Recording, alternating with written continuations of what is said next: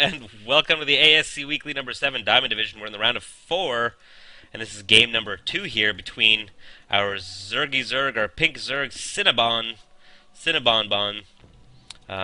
which actually, to come to think of it, makes me think of Bon Wheat Granwa Ninibon. And the first person to comment on that and let me know what that's from, I don't know. I'll make you a custom portrait for ASCWeekly.com, your profile page. How about that? Or I'll make you a custom background. How about that? Custom background. Alright, spiralfall spawning at the bottom right. Of Kuruspato, Yellow Protoss, I'm Simpatico. And I'm Zeltsum, hello, and welcome to the second VOD of this series, where we will try not to make it total shit.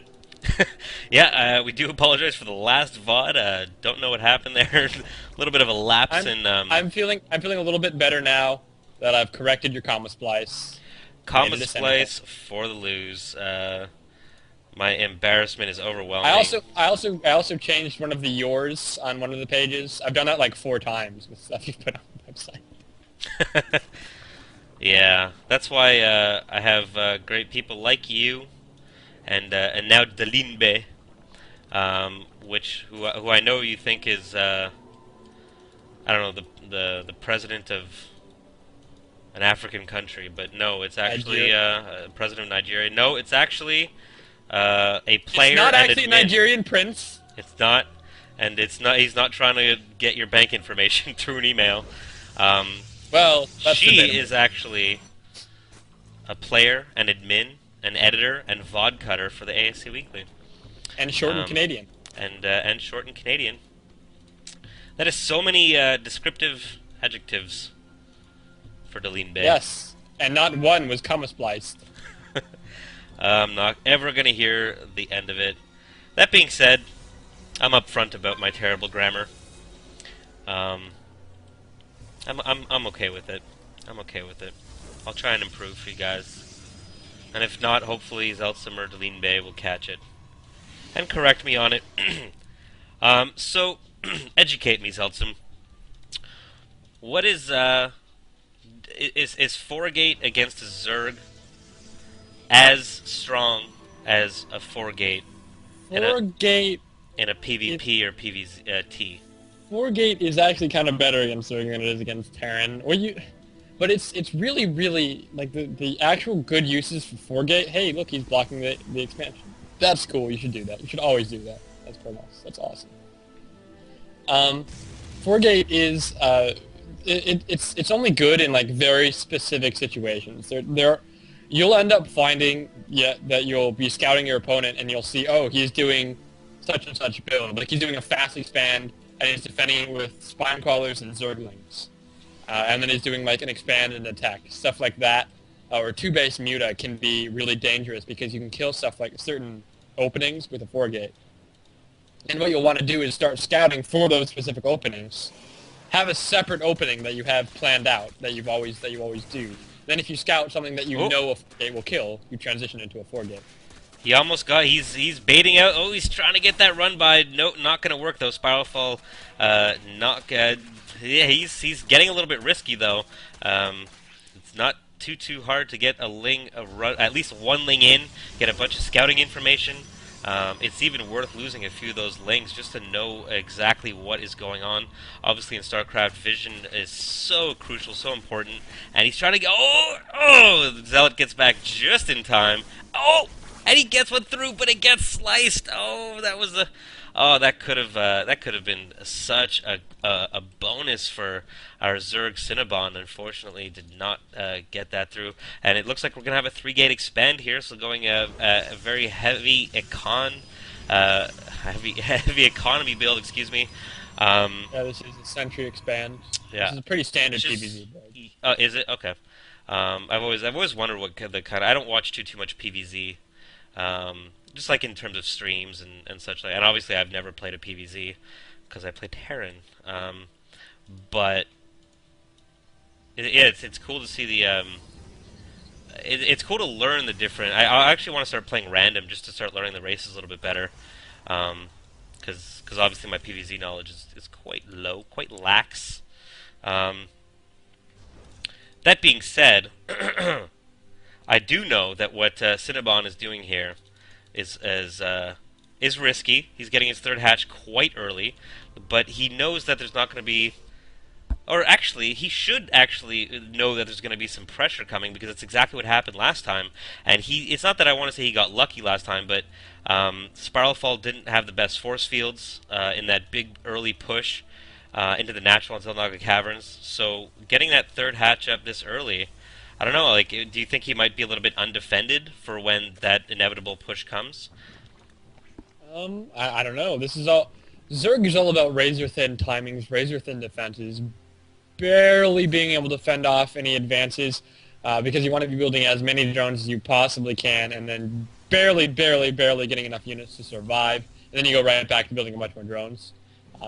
That's the ideal, and that's why it's so difficult to defend some certain pushes as Zerg, most pushes as Zerg, or just to win, because to defend pushes sometimes sometimes people way overcommit on units. It's really hard to find a perfect balance between drones and units, so that you have just enough to defend against stuff, but enough drones to stay together in the later stages of the game. And Spine Quillers are one thing that really help you do that. He's only got 2 up.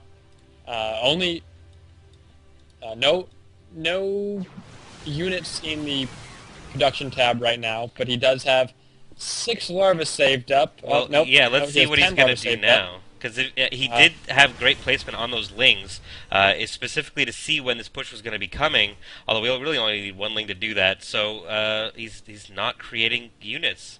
There we go, 8 roaches now in production, but that's kind of late, although there are 1,000,000,001 spine crawlers out here. Might that hold Spiralfall back? Nice transfuse there, and that's gonna be a little bit of a deterrent. Just pulling him back a little bit. He's pulling the drones. I think he's pulling his drones way too early. This is not the time you want to be pulling your drones off. They're not going to actually aid you in defending this push very well. He did bait a couple of force fields, though, and the force fields, more than anything, are the things that are forcing Spiralfall to pull back. But he did force a lot of roaches out, and he did kill a few drones, and that's going to help him a lot, because that's what you want to do is poke in there, force a lot of not drones, and if you can kill off a couple of drones, that of course helps even more. And then that's going to help with the worker count. Protoss now ahead by 6 workers. Yeah, that definitely put the Protoss player in the lead economically. Their excuse me, their incomes are fairly similar, but the Protoss is definitely starting to pull ahead, and our Zerg player definitely needs to Zerg up. And we do see Spiralfall getting, I believe this is his first observer out now, so he's going to start getting some information. He knows pretty much all he needs to know, except that I don't think he knows about, I just said no a lot, but I don't think he knows about that Hydra Den. Hydras have not been revealed yet, and we do have the Zerg breaking down the back rocks here.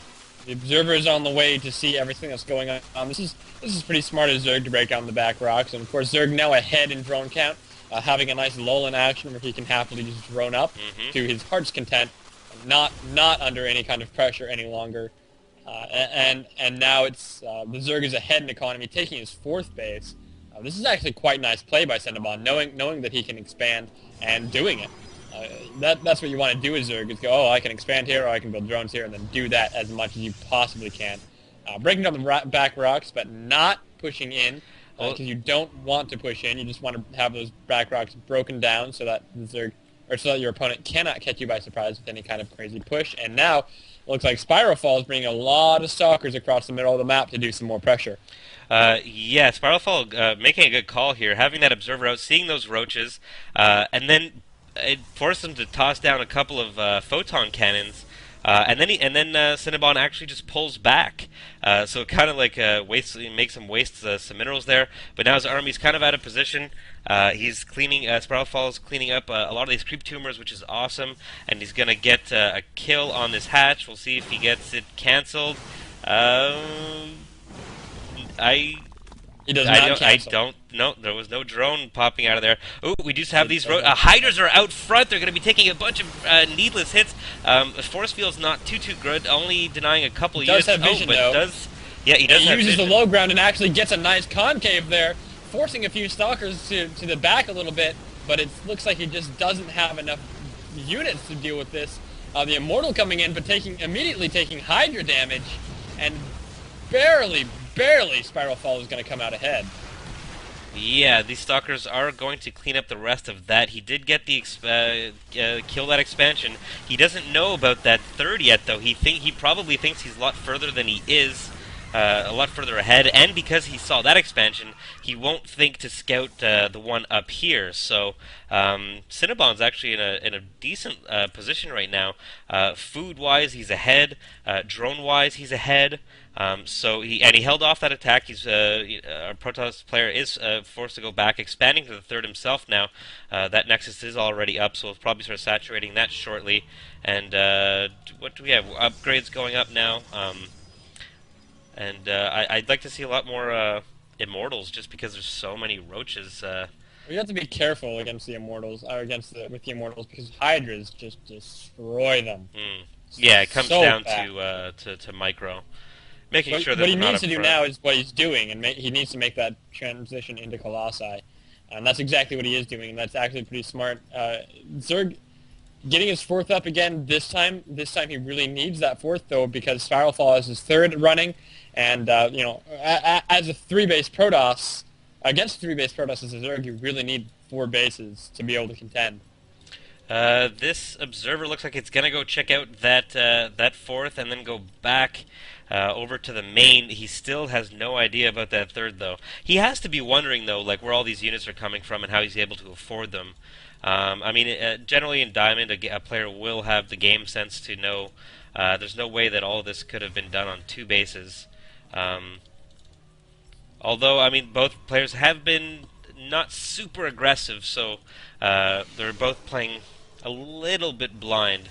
I find it's a little bit easier to have that game sense if you're constantly clashing with the other player and you kind of have an idea of what their army looks like. But here they kind of engage every couple of minutes, and now we have the roaches going in. Oh no, the roaches go in, get immediately stopped by the cannons. They do take down that pylon, and that helps a lot, but there's this huge arc of Protoss units. It's not an arc anymore because it's going up the choke. But these Zerg units have basically been completely sacrificed and really have nothing to show for it all. But that Colossus is going to get sniped. Some bad Colossus positioning there. That's actually pretty huge from Spiral Fall. And if the second one goes down, that could be just... Oh, and it does, and that's exactly what Cinnabon needs. Spiral Fall is going to have a hard time pushing out now without those Colossi. Zerglings, with this tiny number of Zealot Sentry, Zerglings can do a lot of damage with this many Stalkers out, and Cinnabon is now in a position to be able to deal with this army very quickly and so even somewhat efficiently. And without those Colossi out, that's that's pretty much exactly what Cinnabon needed at that point, was that little tiny error by Spiral Fall. Yeah, I think Spiral Fall is gonna have to. I think he can afford to expand at this point. After killing that entire army, he probably could feel comfortable with not being too pressured. At this pressure, this amount of units will not be able to do a whole lot, and his opponent does have 4 bases, which he still doesn't know, unfortunately. So. I would really like to see Spiral Fall expand at this point. He has his main is getting really, really low. He is able to support it. So why not? Their probe count is identically even now at 69. Identically even. That was redundant. And we have the Corruptors out now. Let's see if he can... there is only 1 Colossus, though, so a little bit of an overcommitment on these Corruptors. But maybe he'll make them into Brutals later. So we have a nice concave by both players. These Immortals not doing anything. Have a much better surface area and are really going to easily pull that through. Without the Colossus there to support those units, those Hydras just rip apart everything from the gateways. Everything except Templar, I guess, from the gateways. And it looks like Cinnabon going for that third again. Definitely smart. He wants to take out the third, but this is going to be really careful because another 2 Colossi are out, and that's going to do so much DPS versus these Hydras. He might lose all of his army again. This was, again, a bit of an overcommitment. What you really want to be doing is doing Ling run-bys here, and that sort of thing, not committing the bulk of your army to killing 1 expansion a second time, that you, for a second time, fail to kill. Yeah.